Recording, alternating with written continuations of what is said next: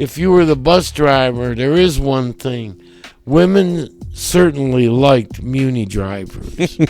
I don't know if it's because they knew you had a good paying job or you were mostly straight, but we'd go up to the top of Legion of Honor, maybe kiss a little bit and touch.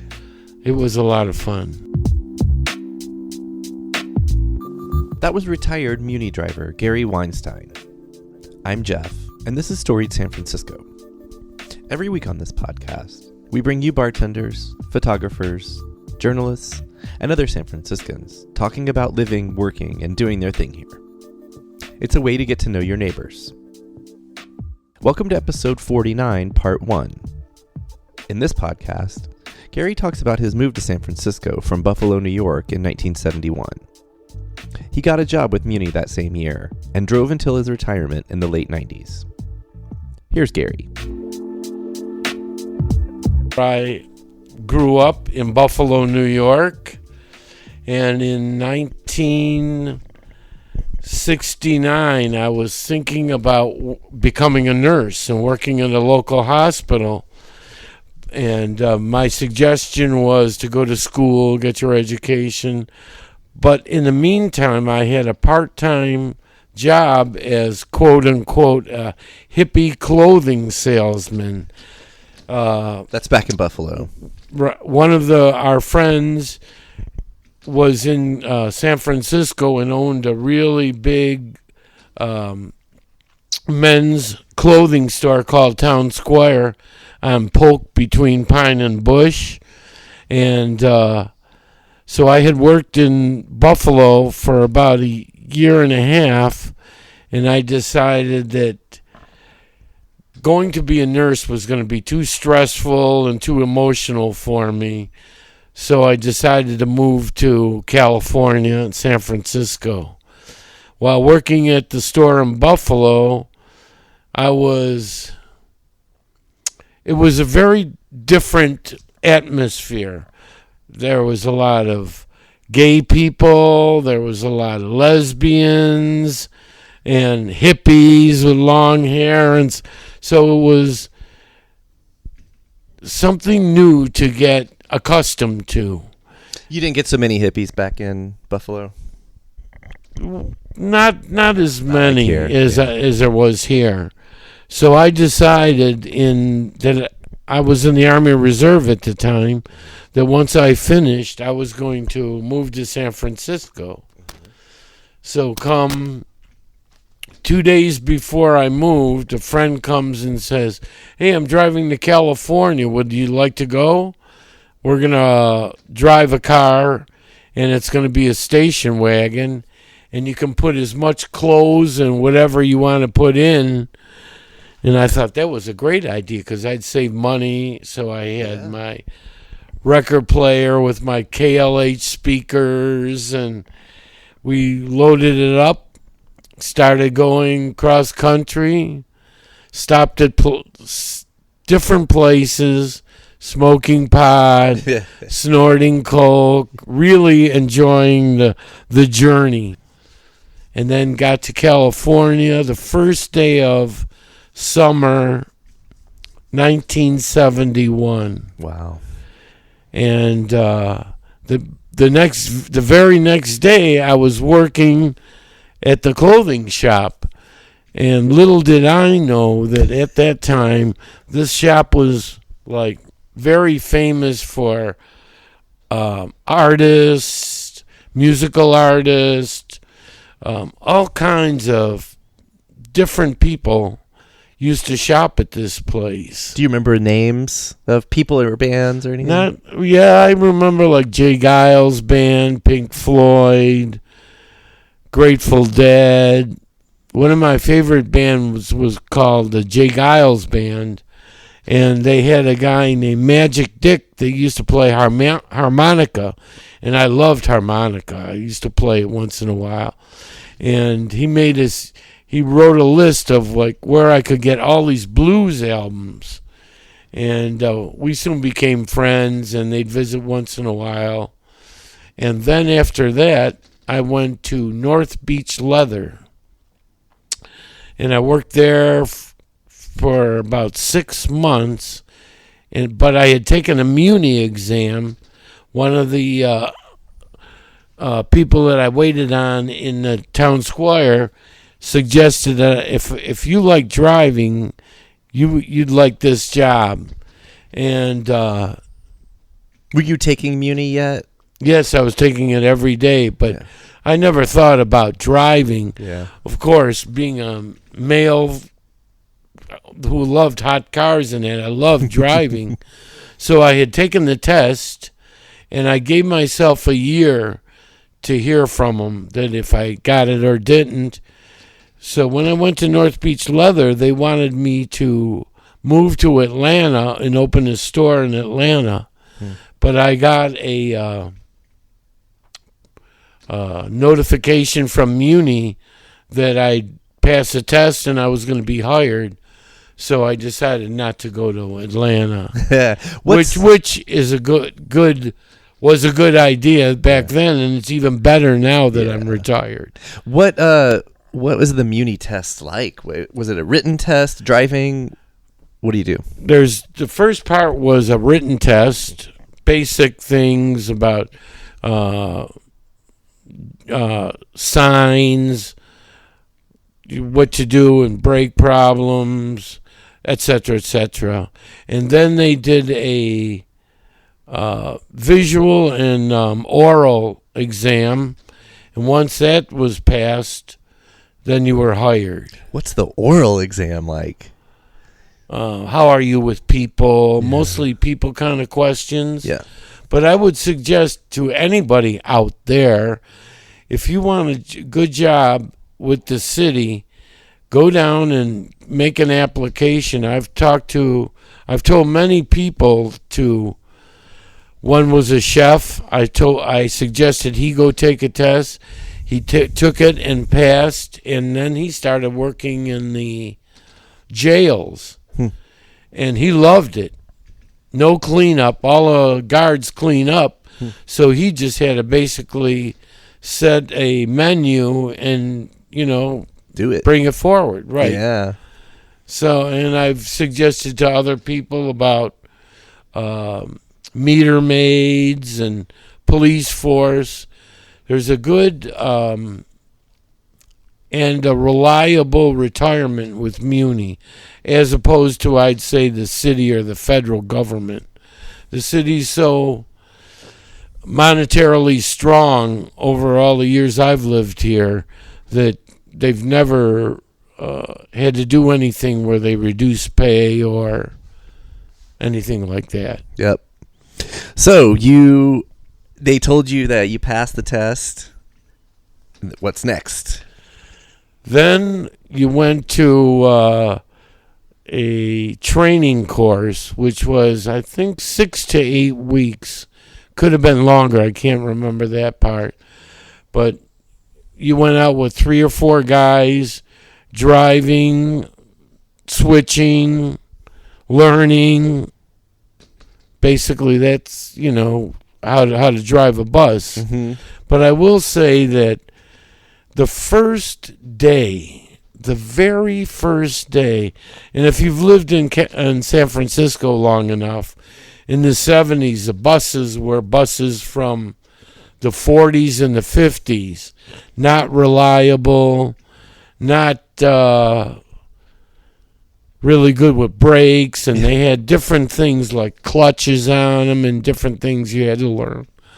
So I'm driving with a trainer who's just opposite me. I'm driving, he's sitting next to me, and we're driving down Stockton in front of Macy's, going about 15 miles an hour, and I went to apply the brakes, and the brakes didn't take, and I kept pumping the brakes.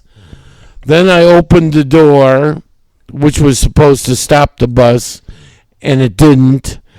And then I pulled the emergency brake, which was almost like a car brake, on the left side. I pulled it up, nothing happened, and then boom, we hit this black man's 50-something truck, and I swear I'm laughing inside and telling the story. And when I hit this truck, everything kind of fell off.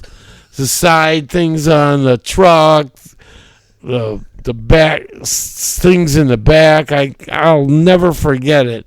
I thought, God, I only hit the guy at 15 miles an hour. And then when I went back to the station, eventually they charged me with the accident, but the trainer was saying, hey, this guy did everything he did to stop the bus. So I don't know whatever developed on that. I'm sure the guy bought a new truck, though.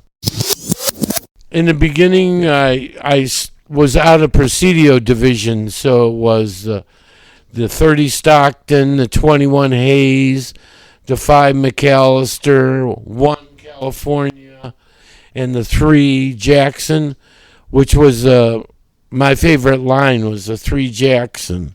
The people dressed the best. They were very courteous, thankful, and it was a pleasure to drive. Whereas driving the 21 Hayes, people wouldn't pay, people were threatening, people would call you names just because you were white. It was something I wasn't used to. After driving electric buses for a while, I decided to change. So I went to Kirkland Division. Kirkland's down by Pier 39.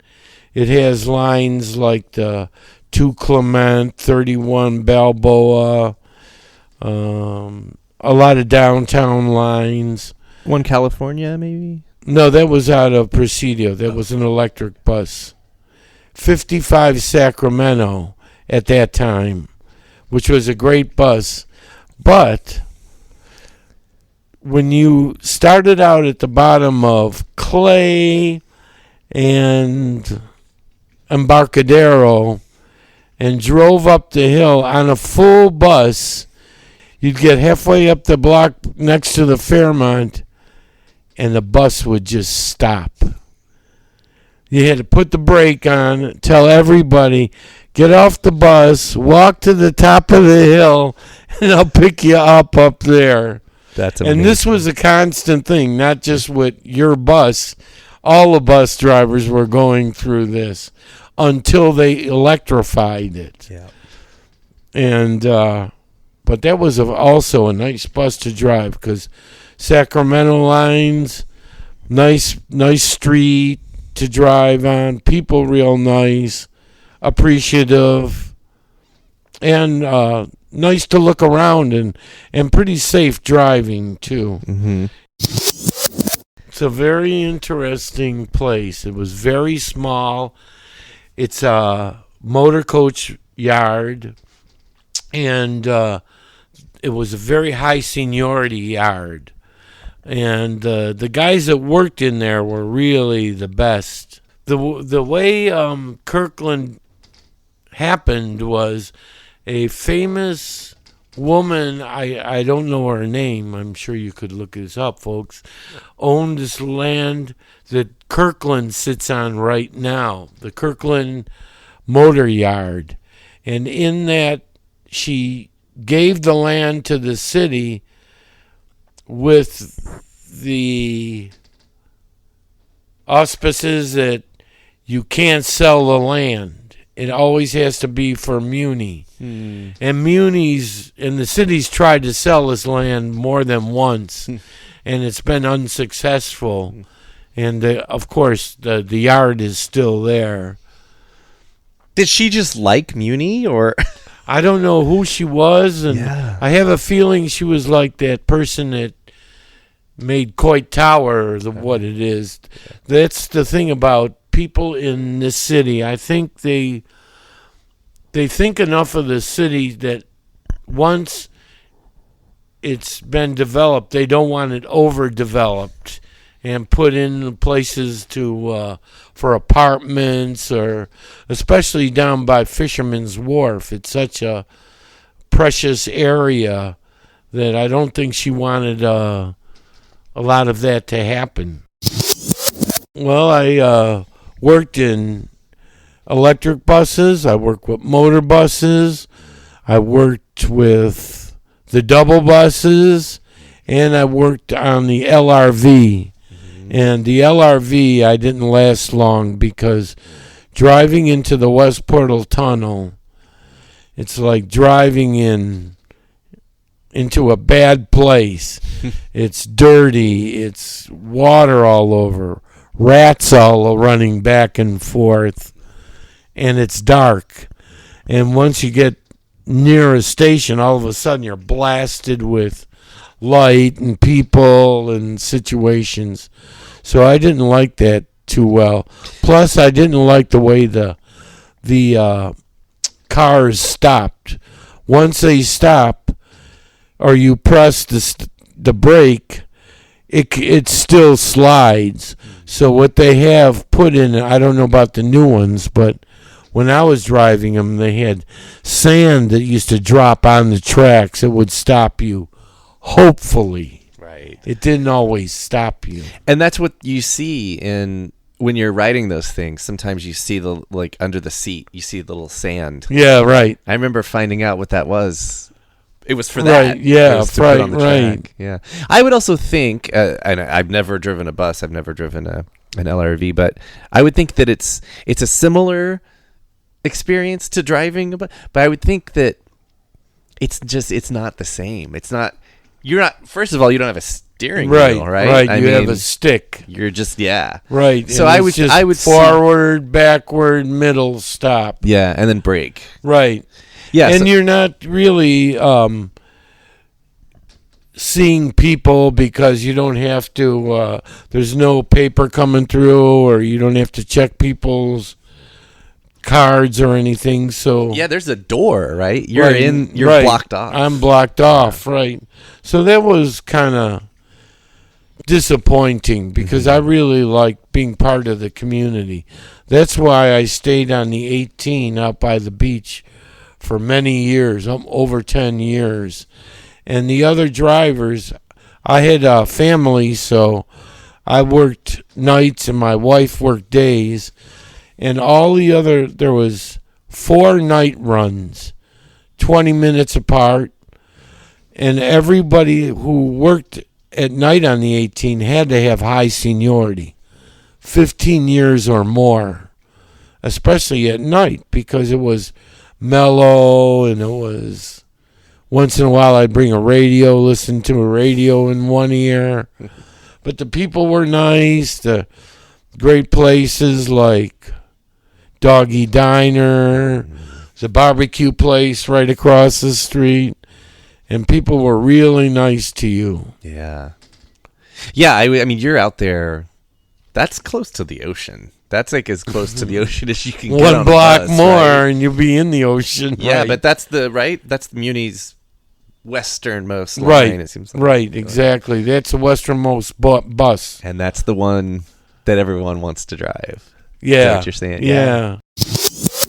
In all the years I worked from Muni, from 71 to 99, I think I had 2 accidents. One, I clipped a bread truck's mirror on the driver's side when the street narrowed down, and I didn't realize it until I was there. And the other accident was I knocked over a motorcycle that was in the crosswalk when I was making a right turn. Clipped the back and it fell over. So for all those years, it was a good driving record. Yeah, absolutely. I'd imagine. And you got patches to go on your jacket every year, which was really nice. Do you still have your Muni I gear? have my Muni jacket. Shirt. I have a shirt and a pair of pants. Nice. just to remind me once in a while. Did you ever get that hat? I had the circle hat. Yeah, and, nice. Then I had a beret. Muni, the one thing that Muni does good is it supplies you with uniforms, and they change every once in a while, which they have done recently from this brown that we used to have to a black and like a red and black, which look pretty good. I don't know the story about when that logo, they call it the worm. Right. Was that when you were there? Did that come? Yeah, it came about. I don't know that, though, myself. I don't know how. Yeah. They actually hired people to do it. Oh, yeah, definitely. But do you remember, like, when you first saw it, what you thought? Well, I thought it was abstract and really cool, I mean, SFPD, fire. When I applied for Muni's job, I didn't want to get a job where my life was in danger, which I had I known what I've gone through. But anyway, I applied also for the Parks Department. And that's why I say to people out there, if you're not sure what you want to do, I think of a couple of good things. One is the Army or a service, which if you're not trained in any profession, will gladly train you. And also with the city has all kinds of good jobs, always want to hire good people, and there's a method of doing it. I think it's the Muni hiring human resources is still on Van Ness near Market. If you're interested out there, call.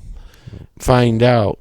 It's well worth it, and it doesn't cost anything, and you're taking a test for free to get a job for the rest of your life. I love it here. The one thing that I will say, like I was talking to you people, there's a lot of benefits. From driving from Muni, I ride the bus for free the rest of my life, and I have insurance the rest of my time here, and all of this is very important when you get older. I'm presently 73 years old, so hopefully I'm around for another 20 or more. I know it was the people that were here, because when I was growing up in Buffalo and people moved to California, came back, they kept saying, San Francisco is the place for you to go. You're not going to believe it. And I had went to L.A. in I